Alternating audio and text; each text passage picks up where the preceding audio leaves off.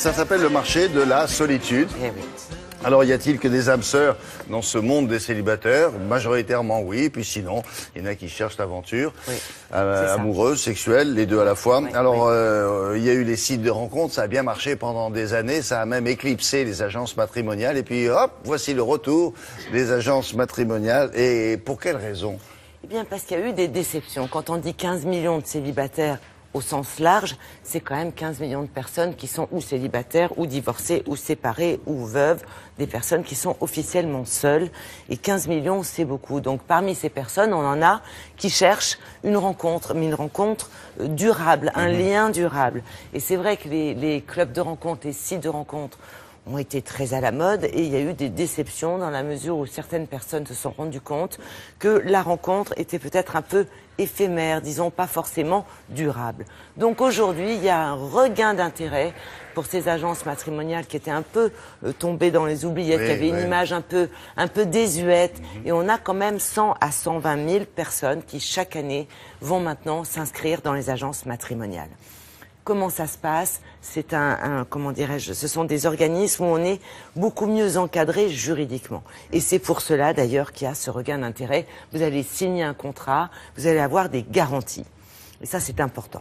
Garantie de rencontrer un certain nombre de personnes. Absolument. Et garantie de faire la bonne rencontre, ça non, évidemment. Non, ça non. Ça, il y a une obligation de moyens, mais pas forcément de résultats.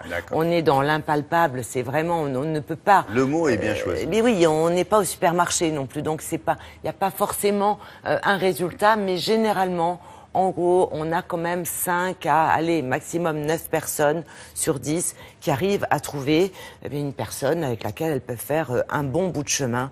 Et cet encadrement juridique est important. Alors, nous avons visité une agence qui a pignon sur rue, ça aussi c'est important.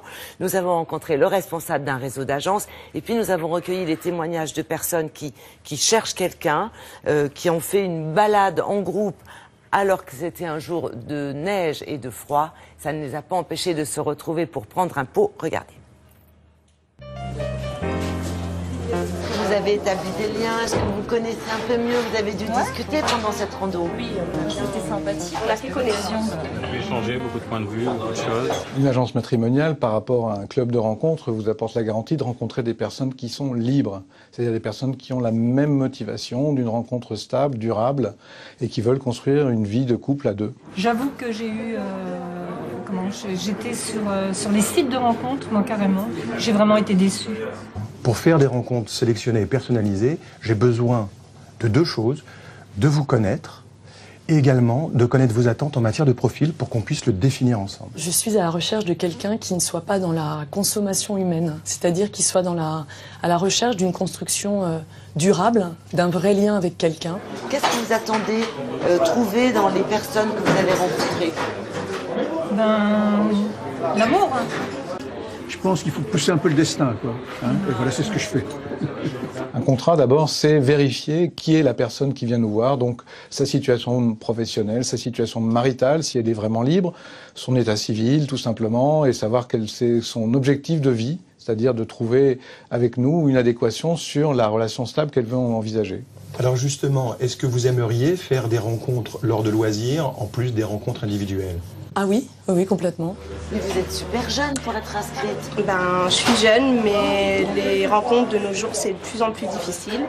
Et j'ai deux enfants aussi. Donc justement, j'ai eu une vie avant et qui a duré pas mal d'années. Et du coup, ça complique énormément les rencontres avec les jeunes hommes ou les hommes de mon âge, quoi. Donc, vous seriez pas un peu timide? Oui, c'est aussi une barrière, effectivement, je suis timide. Une agence sérieuse vous proposera un service non limité dans le temps. Les contrats de 3 mois ou 6 mois sont des contrats trop courts pour réussir. De toute façon, le prix du service qui est entre 2 000 et 2 500 € est un prix forfaitaire que vous ne paierez qu'une fois. Qu'est-ce que j'attends d'un homme? Qu'il soit sincère, beau. Moi, je suis très fleur bleue, moi. Ce que j'attends, c'est aimer et être aimé. Quand on se marie, aussi pour la vie. Voilà. Quelque part, on est dans cette disposition.